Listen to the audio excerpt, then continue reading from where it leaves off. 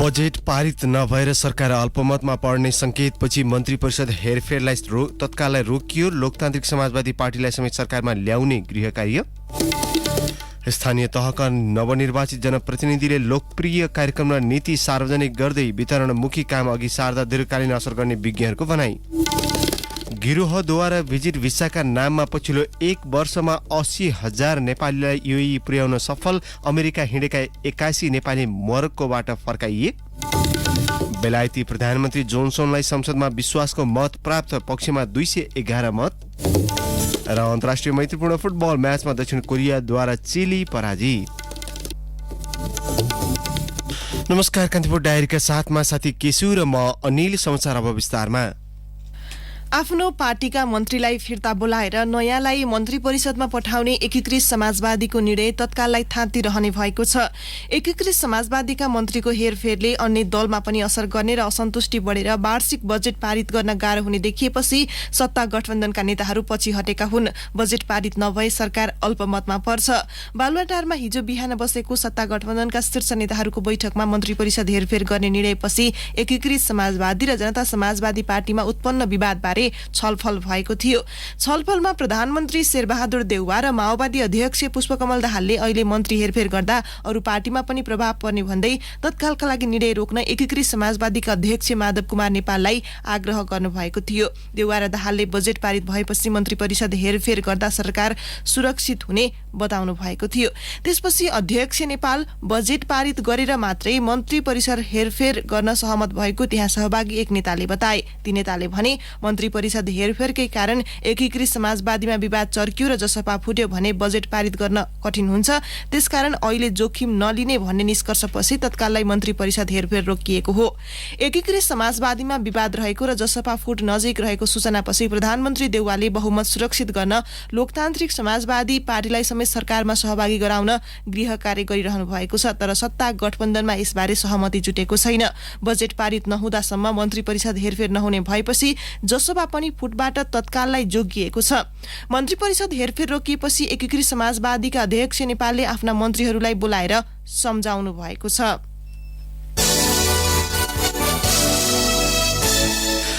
गिरोहले visit भिसाका नाममा पछिल्लो 1 वर्षमा मात्रै कम्तीमा 80,000 नेपाली कामदारलाई संयुक्त अरब इमिरेट्स युएई पुर्याएको पाइएको छ। नेपाल र युएईको श्रम सम्झौता विपरीत यसरी कामदार आपूर्ति गर्ने काममा दुवै देशका म्यानपावर कन्सल्टेन्सी कम्पनीका सञ्चालक संलग्न देखिएका छन्।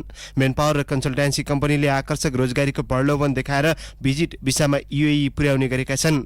उनीहरूले कामदारबाट 8 लाख रुपियाँसम्म उठाएको पाइएको छ। यसै गरी जाने अधिकांश युवा युएईमा अलपत्र पर्ने गरेका छन्।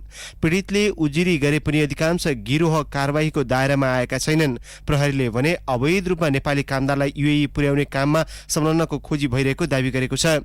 दुवै प्रहरीले त्रिनेत्र म्यानेजमेन्ट कन्सल्टेन्सीका सञ्चालक कोमलराज उपाध्यायलाई पक्राउ गरी छानबिन थालेपछि भने नेपाल प्रहरीको केन्द्रीय अनुसन्धान ब्युरो सीआईबीले उपाध्यायका सहयोगीलाई हालै पक्राउ गरेको छ। ब्युरोले राइनास नगरपालिका 3 का मधुविलास बास्कोटा, दुधकुण्ड नगरपालिका 8 सोलखुम्बुका होमबहादुर खड्का, कागेश्वरी मनोहरा नगरपालिका 7 काठमाडौँका सन्तोष पाकुरेल र रञ्जना ढकाल पाकुरेल र देवदह नगरपालिका 5 रूपन्देहीका राजु भन्ने खुम्बहादुर बस्याललाई पक्राउ गरी छानबिन प्रक्रिया अघि बढाएको छ। यो समूह मार्फत कम्तीमा 76 जनाबाट 2 करोड 43 लाख रुपियाँ ठगी भएको लिखित जाहेरी प्रहरीमा परेको छ। यसैबीच संगठित मानव तस्करको भर परेर अवैध बाटोबाट अमेरिका छिर्ने भन्दै हिँडेका 81 नेपाली मोरक्कोको कासाब्लाङ्काबाट डिपोर्टमा परेका छन्। एकैचोटि धेरै संख्यामा नेपाली देखिएपछि अध्यागमनले शंका लागेर अनुसन्धान थालेको र डिपोर्टको निर्णय भएको डिपोर्टमा परेका मध्ये एक नेपालीले सुनाए। यतिका धेरै नेपाली एकैचोटि कसरी त्यहाँ पुगे भन्ने खुलिसकेको छैन। केही पहिलेदेखि नै केही हालसालै भिजिट भिसामा दुबई पुगेकाहरू डिपोर्टमा परेको कान्तिपुरको सम्पर्कमा आएका एकजनाले उल्लेख गरेका छन्।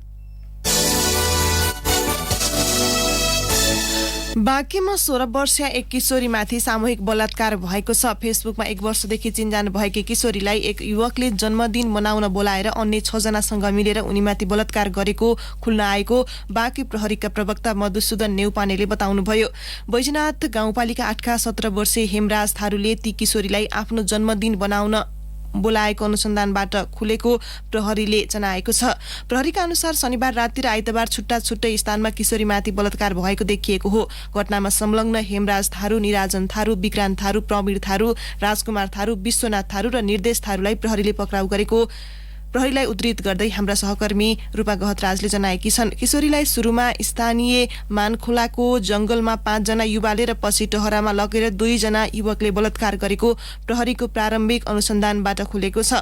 बलात्कृत किशोरीलाई अहिले एक संस्थाको संरक्षणमा राखिएको छ। सरकारले संसदमा पेश गरेको यौन हिंसा सम्बन्धी विधेयकमा हदम्याद बढाउनुपर्ने प्रावधान नराखेपछि अधिकांश सांसद त्यसको विपक्षमा उभिएका छन्। हाड नातामा परेका बाहेकका व्यक्ति बलात्कार तथा यौन हिंसामा परेमा 1 वर्षभित्रमा उजुरी दिनुपर्ने मुलुकी अपराध संहिताको प्रावधान छ। यसलाई सच्याएर हदम्याद हटाउनुपर्ने चौतर्फी दबाव छ। सरकारले गत सोमबार यौन हिंसा विरुद्धका केही ऐनलाई संशोधन गर्न बनेको विधेयक दर्ता गरेको हो। विधेयकमा हदम्याद बढाउने प्रावधान राखिएको छैन।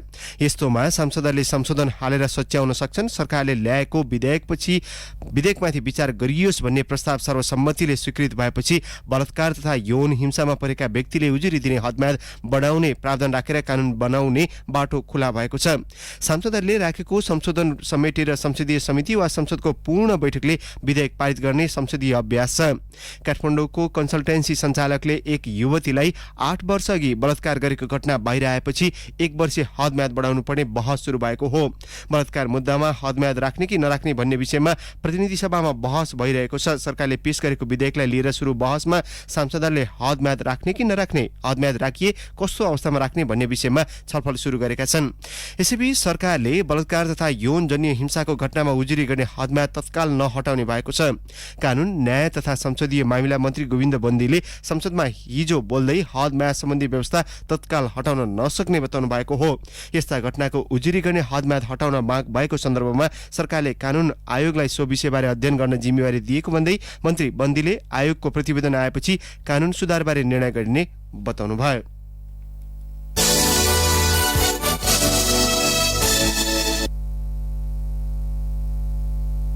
यसलाई सरकारले सिरियसली लिएर नेपाल कानून आयोग भन्ने हामीसँग एउटा चाहिँ के छ भन्दाखेरि संस्था छ। त्यो नेपाल कानून आयोगलाई इमिडिएटली नै यस विषयमा अध्ययन गर्नको निम्ति भनिएको छ। त्यो अध्ययन गर्दाखेरि यस सम्बन्धमा सम्मानित सर्वोच्च अदालतबाट प्रतिपादित नजिर सिद्धान्तहरूको अध्ययन गर्न, त्यसपछि आएर के छ भन्दाखेरि विभिन्न मुलुकले हदम्याद सम्बन्धी अपनाउँदै आएका प्रावधानहरूलाई हेर्न र त्यसपछि नेपालको सामाजिक परिवेशलाई पनि दृष्टिगत गरेर हदम्याद कसरी बढाउने, कति हदसम्म बढाउने र त्यो बढाएर जाँदाखेरिको सकारात्मक नकारात्मक परिणाम समेतलाई दृष्टिगत गरेर प्रतिवेदन दिन भनेका छौँ।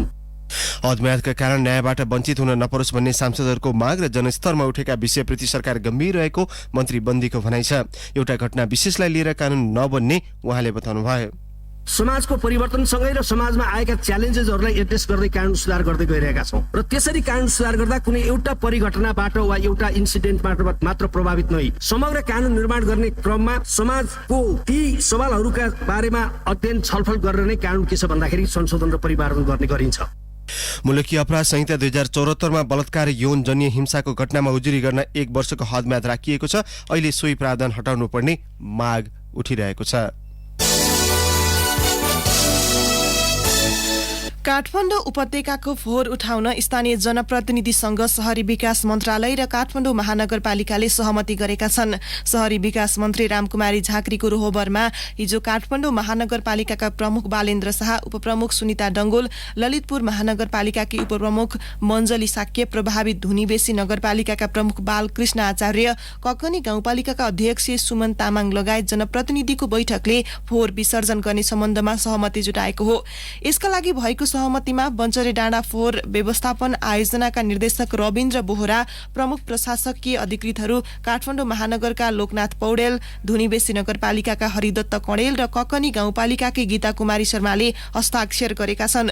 चौतर्फी दबाव भएपछि उपत्यकाको फोहोर व्यवस्थापनका लागि शहरी विकास मन्त्रालय, काठमाडौँ महानगरपालिका र प्रभावित स्थानीय तहले संयुक्त रूपमा प्रतिबद्धता गर्दै जनप्रतिनिधिहरूबीच सहमति भएको हो।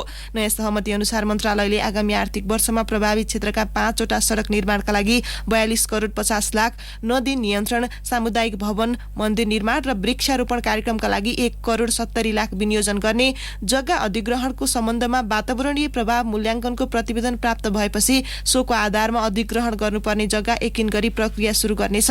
साथै प्रभावित क्षेत्रका बासिन्दाका लागि 10 शैय्याको अस्पताल सञ्चालनका लागि सरकारलाई अनुरोध गर्ने सहमति भएको छ। कान्तिपुर डायरीमा अब ब्रेकको पालो। कान्तिपुर डायरीमा अब बाँकी प्रसङ्ग। सुरुमा कान्तिपुर सविस्तार। कान्तिपुर सविस्तार। स्थानीय तहको दोस्रो चुनावबाट निर्वाचित कतिपय जनप्रतिनिधिले लोकप्रिय कार्यक्रम र नीति अघि सारेका छन्। उनीहरूले स्वास्थ्य, शिक्षा, कृषि क्षेत्रमा ल्याएका कार्यक्रम र नीति वितरणमुखी भएको भन्दै टिप्पणी र आलोचना भएका छन्। संघीय मामिलाका जानकारले भने नवनिर्वाचित जनप्रतिनिधिले ल्याएका कार्यक्रमको दीर्घकालीन असर पर्नेतर्फ सचेत गराएका छन्। प्रदेश 1 का कतिपय पालिकाहरूले करको दायरा फराकिलो बनाउने नीति अघि सारेका छन्। विराटनगर महानगरपालिकाले करको दायरा बढाउने र करको दर घटाउने निर्णय गरेको छ। त्यस्तै प्रदेश 1 स्थित 2वटा उपमहानगर धरान र इटहरीका नवनिर्वाचित मेयरले क्रमशः कर समायोजन गर्ने र स्वास्थ्य बीमाको रेफर थप 4वटा स्वास्थ्य चौकीबाट गर्ने निर्णय गरेका छन्। प्रदेश स्थित 46 नगरपालिका र 88 गाउँपालिकाका नवनिर्वाचित जनप्रतिनिधिहरूले पनि सोही प्रकृतिका निर्णय गरेका छन्। करको दायरा बढाउने नीतिबारे विराटनगर महानगरपालिका पालिकाका प्रमुख नागेश कोइराला भन्छन्, हामीले चाहिँ सबभन्दा पहिले म अफिस छिर्ने बित्तिकै गरेको निर्णय भनेको करको दायरा बढाएर कर घटाउने भनेर निर्णय गरेर यसलाई चाहिँ इमिडिएटली इफेक्ट हुने गरी हामीले मान्छेले फिल गर्ने गरी छिटोभन्दा छिटो चाहिँ यसलाई कार्यान्वयन गर्ने पक्ष हामी छौँ। मध्य प्रदेशको वीरगञ्ज महानगरपालिकाले मासिक रूपमा 30 युनिटसम्म विद्युत खपत गर्ने प्रत्येक घरको महसुल आफूले बेहोर्ने निर्णय गरेको छ। रौतहटकै कटहरिया नगरपालिकाले सबै विद्यालयमा कक्षा 10 सम्म अंग्रेजी माध्यममा पठन पाठन सञ्चालन गर्ने निर्णय गरेको छ। उता सर्लाहीको चन्दननगर गाउँपालिकाले बाल विवाह रोक्ने तथा शिक्षामा छात्राको पहुँच बढाउने उद्देश्यले कक्षा 12 उत्तीर्ण गरी 20 वर्षमा बिहे गर्ने छोरीलाई नगद 50,000 दिने निर्णय गरेको छ। बागमती प्रदेश अन्तर्गत चितवनका 7 पालिकाले विपन्न वर्ग र स्वास्थ्य क्षेत्रलाई प्रमुख प्राथमिकतामा राखेका छन्। विपन्न नागरिकको निशुल्क स्वास्थ्य बीमाका साथै सरकारी स्वास्थ्य संस्थामा जन्मिएका छोरीहरूको 1 लाखको जीवन बीमासम्मका योजना अघि सारिएका छन्। धादिङको गंगा जमुना गाउँपालिकाले सबै दलित समुदायको स्वास्थ्य बीमा गर्ने निर्णय गरेको छ। काठमाडौँ महानगरपालिकाले फोहोर मैला तथा सार्वजनिक शौचालय व्यवस्थापन प्राथमिकतामा राखेको छ। दोलखाको गौरीशंकर गाउँपालिकाले अपाङ्गता भएका तथा गर्भवतीलाई निशुल्क एम्बुलेन्स सेवा दिने निर्णय गर्दा रामेछापको सुनापति गाउँपालिकाले सुत्केरीलाई 4,000 भत्ता दिने भएको छ। उता काभ्रेका 13वटा स्थानीय तहले निशुल्क स्वास्थ्य बीमादेखि छात्रवृत्तिसम्मका योजना ल्याएका छन्। गण्डकी प्रदेश अन्तर्गत स्याङ्जाको काली गण्डकी गाउँपालिकाले युवालाई क्षमता अनुसारका सिप र गृहिणीलाई इन्डक्सन चुलो दिने निर्णय गरेको छ। म्याग्दीको बेनी नगरपालिकाले विपन्न वर्गका परिवारका सदस्यको निशुल्क स्वास्थ्य बीमा गरिदिने भएको छ। कास्कीको अन्नपूर्ण गाउँपालिकाले 50% अनुदानमा स्थानीयको स्वास्थ्य बीमा गर्ने निर्णय गरेको छ। लुम्बिनी प्रदेशका 109 स्थानीय तहमध्ये अधिकांश पालिकाले स्वास्थ्यसँग सम्बन्धित एकै प्रकारका निर्णय गरेका छन्। धेरै पालिकाले स्थानीय तहका सबै घर परिवारलाई निशुल्क स्वास्थ्य बीमा गर्ने निर्णय गरेका छन्। स्वास्थ्य बीमा सँगै गर्भवती महिलाका लागि सुत्केरी हुने बेलामा स्वास्थ्य चौकीसम्म पुर्याउने यातायात सुविधा पनि निशुल्क गर्ने निर्णय गरेका छन्। त्यस्तै ताङको तुलसीपुर उपमहानगरपालिकाले ज्येष्ठ नागरिक तथा गर्भवती र सुत्केरीलाई एम्बुलेन्सको व्यवस्था गर्ने भएको छ। त्यस्तै भूमिहीनहरूका लागि जग्गाको व्यवस्था गरिने उपमहानगर प्रमुख टिकाराम खड्का बताउँछन्। भूमिहीन कुटुम्बवासीहरू अव्यवस्थितहरू जसले गर्दा वर्षौंदेखि मेरो सम्पत्ति कहाँ छ भन्ने कुरा नै उहाँको सुनिश्चित छैन, त्यस्ता समुदायहरूको निम्ति हामीले भनेका थियौँ। हामीले निर्वाचन जितेको चाहिँ पहिलो मिटिङमा नै सुकुम्बासी भूमिहीन अव्यवस्थितहरूको रेकर्डलाई चाहिँ के अरे व्यवस्थित गर्ने, नापनक्सा गर्ने र त्यो प्रमाणीकरण गरेर केन्द्रीय आयोगमा बुझाएर चाहिँ लाल पूर्जा वितरण गर्ने भन्ने हाम्रो मुद्दा पनि थियो निर्वाचनको मुद्दा। कर्णाली प्रदेशको शुभकालिका गाउँपालिकाले किसानलाई राहत दिने उद्देश्यले खाद्यान्न बालीको बीमा गर्ने निर्णय गरेको छ। हुम्लाको सर्के गाड गाउँपालिकाले सुत्केरीलाई प्रोत्साहन भत्ता तथा पालिका भित्रका सबैको निशुल्क स्वास्थ्य बीमा गर्ने भएको छ। सुदूरपश्चिम प्रदेश अन्तर्गत कैलालीको कैलारी गाउँपालिकाले मालपोतमा लाग्ने करमा 50% छुट गर्ने निर्णय गरेको छ। दार्चुलाको मालिकार्जुन गाउँपालिकाले शिक्षक र कर्मचारीलाई व्यक्तिलाई राजनीति गर्न निषेध गरेको छ। धनगढी उपमहानगरपालिकाले पारदर्शी बनाउन भन्दै कार्यपालिका बैठक लाइभ गर्ने निर्णय गरेको छ। कञ्चनपुरको महाकाली पारीको दोधारा चाँदनी नगरपालिकाको पहिलो बैठकले सुत्केरीलाई निशुल्क एम्बुलेन्स उपलब्ध गराउने र घुम्ती अल्ट्रासाउन्ड सेवा सुचारू गर्ने निर्णय गरेको छ। यी हुन् स्थानीय तहको दोस्रो चुनावबाट निर्वाचित जनप्रतिनिधिले गरेका निर्णय। यस्ता निर्णय अपरिपक्व र सस्तो लोकप्रियताका लागि हुन सक्ने भन्दै टिप्पणी भएका छन्। यसरी गरिने निर्णय वितरणमुखी भएकाले दीर्घकालीन असर गर्ने संहिताका जानकारहरू बताउँछन्। संहिताविद खिमलाल देवकोटा भन्छन्, वितरणमुखी कार्यक्रमहरू गर्नु भएन कि हाम्रो इकोनोमीमा यति ठुलो च्यालेन्ज छ। हाम्रो त कस्तो छ भने पैसा बाँड्ने कसरी हुन्छ हैन, राहतका नाममा निशुल्कका नाममा हैन, त्यसले गर्दा यस्ता खालका लोकप्रिय कार्यक्रमहरू अलि अब केही समय अब तत्कालीन रूपमा त के फाइदा होला, अब दीर्घकालीन रूपमा त्यसले हित पनि गर्दैन, पालिकालाई पनि गर्दैन हैन, प्रमुख जो निर्वाचित जनप्रतिनिधि उसलाई पनि गर्दैन। त्यसकारण हाम्रो जोड भनेको उत्पादनै भन्ने गरेको छ। मैले निर्वाचित भए लगत्तै हौसिएर वा उत्साहित भएर गरिने निर्णयहरू कार्यान्वयनमा नजाँदा त्यसले समस्या ल्याउन सक्नेतर्फ जनप्रतिनिधिहरू सचेत रहनु पर्ने देखिन्छ। अन्यथा स्थानीय तहमा जनताको अपेक्षा बढ्ने तर सामान्य निर्णय समेत कार्यान्वयन नहुने जोखिमले स्वयं स्थानीय तहकै विश्वसनीयतामाथि प्रश्न उठ्न सक्नेछ। रेडियो कान्तिपुरका लागि रमेश दुलाल। कान्तिपुर सविस्तार।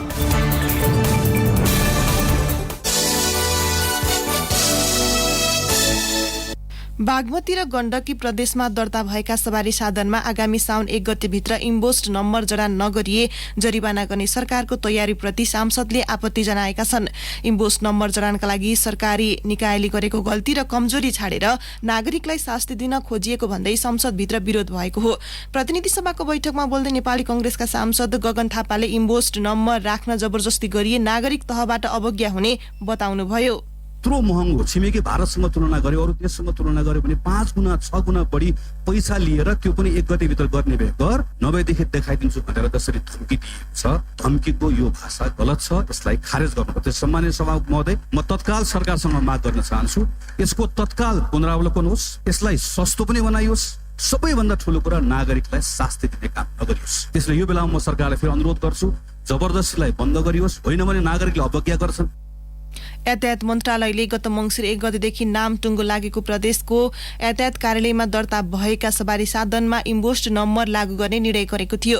सो निर्णय कार्यान्वयन हुन नसकिरहेका बेला यातायात व्यवस्था विभागले बागमती र गण्डकी प्रदेशमा दर्ता भएका सवारी साधनमा असार मसान्तभित्र त्यस प्रकारको नम्बर जडान गर्नुपर्ने भन्दै सूचना जारी गरेपछि त्यसको विरोध भइरहेको छ। सांसद थापाले सरकारी निकायको कमजोरीबाट नागरिकलाई शास्ति दिन नमिल्ने बताउनुभयो। सरकारले भनेको समयमा भनेको काम गर्न नसक्दाखेरि आर्थिक दायित्व बिहोर्नुपर्छ भने कमी कमजोरी जसले गर्यो त्यसले सजाय प्राप्त गर्ने हो कि यसको दुःख नागरिकले पाउने? अबको 15 महिनामा 25 लाख सवारी साधनमा जोड्ने दिनको 5500 कसरी सम्भव छ? 2-3 कार्यालय राष्ट्रिय परिचय पत्र लिँदै गर्दा नागरिकले चाहिँ शास्ति बिहोर्नु पर्यो। सम्मानित सभामुख महोदय, त्योभन्दा अत्यन्त बढी शास्ति बिहोर्नुपर्छ, दिनरात नभनिकन लाइन बस्नुपर्छ।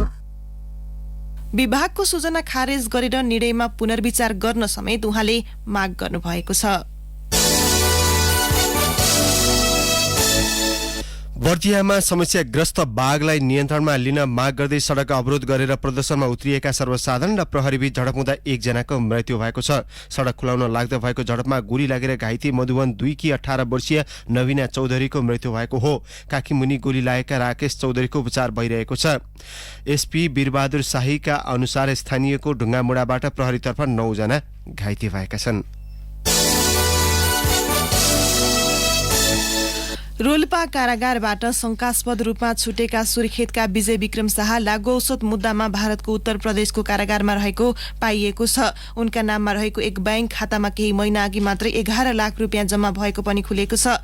कारागार प्रकरणबारे थप प्रमाण जुटाउन नेपाल प्रहरीको अनुसन्धान टोली शाहलाई भेट्न भारत जाने तयारीमा रहेको स्रोतले जनाएको छ। शाहका नाममा रकम जम्मा गर्ने व्यक्तिमाथि पनि अनुसन्धान भइरहेको प्रहरी प्रधान कार्यालय स्रोतले जनाएको छ। स्रोतले भन्यो, प्रहरीको फरार सूचीमा रहेको व्यक्तिका नाममा किन र का लागि रकम जम्मा भयो भन्ने विषय पनि शंकास्पद देखिन्छ। शाहका नाममा रोल्पा कारागारमा सजाय भुक्तान गरिरहेका बाँकीका नेपालगञ्जका सुन्दर हरिजन गत जेठ 4 मा शौचालयमा मृत अवस्थामा फेला परेका थिए। सरकारले आइतबार दिन थालेको बिदा 1 महिनामै खारेज गर्ने निर्णय गरेको छ। मन्त्री परिषदको हिजो बसेको बैठकले असारदेखि लागू हुने गरी सो बिदा खारेज गरेको हो। गत वैशाख 26 गते मन्त्री परिषदले पेट्रोलियम पदार्थको खपत कम गर्न भन्दै परीक्षणका रूपमा जेठदेखि आइतबार समेत सार्वजनिक बिदा दिने निर्णय गरेको थियो। आइतबारे बिदा अपेक्षा अनुसार फलदायी हुन नसकेको र कार्यान्वयनमा चुनौती देखिएकाले खारेज गरिएको सामान्य प्रशासन मन्त्री राजेन्द्र श्रेष्ठले बताउनुभयो। कान्तिपुर डायरीमा पुनः ब्रेकको पालो। आर्थिक प्रसङ्ग भारत सरकार नेपाललाई यथाशीघ्र रासायनिक मल उपलब्ध गराउन सहमत भएको छ। प्रक्रियालाई छोट्याउन भारतले आफ्ना मल उद्योगका भण्डारबाटै नेपाललाई मल बिक्री गर्न तयार भएको हो। नयाँ दिल्लीमा रहेका कृषि तथा पशुपक्षी विकास मन्त्री महेन्द्र राय यादवले हिजो भारतका रसायन एवं मल मन्त्री मनसुख माण्डवियासँग भेटवार्ता गर्नुभएको छ। भेटमा मन्त्री यादवले नेपालमा मनसुन भित्रिसकेको र किसानलाई मल अत्यावश्यक भइसकेकाले तत्काल आपूर्तिको वातावरण बनाइदिन भारतीय समकक्षीसँग आग्रह गर्नुभएको थियो। नेपालले भारत सरकारसँग वर्षेनी 1,50,000 मेट्रिक टन युरिया मल खरिद गर्ने सम्झौता गरेको छ। गत फेब्रुअरी 22 मा कृषि सचिव र भारतका रसायन एवं मल मन्त्रालयका सचिवले सो सम्झौतामा हस्ताक्षर गरेका थिए। भारत आफै मलमा आत्मनिर्भर भइसकेको छैन, तर उसले बाहिरबाट खरिद गर्ने मूल्यमै नेपाललाई मल उपलब्ध गराउने सहमति जनाएको थियो। नेपालमा हुने कुल खपतको कम्तीमा 30% हिस्सा भारत सरकारबाट आपूर्ति गर्ने लक्ष्य कृषि मन्त्रालयले राखेको छ। भारतसँग सम्झौता भए पनि अझैसम्म नेपाललाई मल आपूर्ति भइसकेको छैन। भारत सरकारले टेन्डर मार्फत खरिद गरेर नेपाललाई मल पठाउने प्रक्रियामा थियो। त्यसो गर्दा समय धेरै लाग्ने भएकाले भारतसँग भएकै मौजदातबाट सिधा आपूर्तिका लागि नेपाल पक्षले आग्रह गरेको हो। सरकारले राष्ट्रिय गौरवको पश्चिम सेती जलविद्युत परियोजना निर्माणको जिम्मा प्रतिस्पर्धा विनय भारतीय सरकारी कम्पनी एनएचपीसी लिमिटेडलाई दिने तयारी गरेको छ। हिजो बसेको लगानी बोर्डको 51औं बैठकले परियोजना निर्माणको जिम्मा एनएचपीसीलाई दिने प्रस्ताव मन्त्री परिषदमा लैजाने निर्णय गरेको हो। यस्तै अर्को भारतीय कम्पनी ग्रान्दी मल्लिकार्जुन राव जीएमआरले 8 वर्षदेखि लगानी जुटाउन नसकेको माथिल्लो कर्णाली जलविद्युत आयोजनाको वित्तीय व्यवस्थापनका लागि 2 वर्षसम्म थप्ने प्रस्ताव मन्त्री परिषदमा निर्णय पनि लगानी बोर्ड बैठकले गरेको छ। बैठकले 2 वटा जलविद्युत परियोजनामा करिब 26 अर्ब रुपियाँ बराबरीको लगानी समेत स्वीकृत गरेको छ। लगानी बोर्डको कार्यालयका अनुसार दोलखामा बन्ने 79.8 मेगावाटको माथिल्लो तामाकोशी 5 आयोजनाका लागि 16 अर्ब 45 करोड 98 लाख र म्याग्दीमा बन्ने 40 मेगावाटको राहुघाट जलविद्युत परियोजनाका लागि 9 अर्ब 47 करोड 30 लाख रुपियाँ बराबरको लगानी स्वीकृत गरेको हो। नेपाल भित्री सवारी साधन उत्पादन तथा एसेम्बल प्लान्ट खोल्नका लागि मोटेक्स कम्पनी लिमिटेडसँग वार्ता प्रक्रिया सुरु गर्ने पनि निर्णय लगानी बोर्डले गरेको छ। अब अन्तर्राष्ट्रिय प्रसङ्ग बेलायतका प्रधानमन्त्री बोरिस जोन्सनले संसदबाट विश्वासको मत प्राप्त गर्नुभएको छ। विश्वासको मत पाएसँगै प्रधानमन्त्री जोन्सनको कार्यकाल अर्को 1 वर्षका लागि सुरक्षित भएको समाचार संस्था अल जजिराले जनाएको छ। संसदमा 211 जना सांसदले उहाँको पक्षमा मतदान गरेका थिए। कन्जर्भेटिभ पार्टीका 359 मध्ये 148 सांसदले प्रधानमन्त्री जोन्सनको विपक्षमा मतदान गरेका थिए। संसदबाट विश्वासको मत पाएसँगै प्रधानमन्त्री जोन्सनले आगामी दिनमा मुलुकलाई दृढ रूपमा अगाडि बढाउने बताउनु भएको छ। कोरोना संक्रमण महामारीको समय सरकारले लगाएको प्रतिबन्ध उल्लङ्घन गर्दै पार्टीमा सहभागी भएको आरोपमा उहाँले तीव्र आलोचना सहँदै आउनु भएको थियो।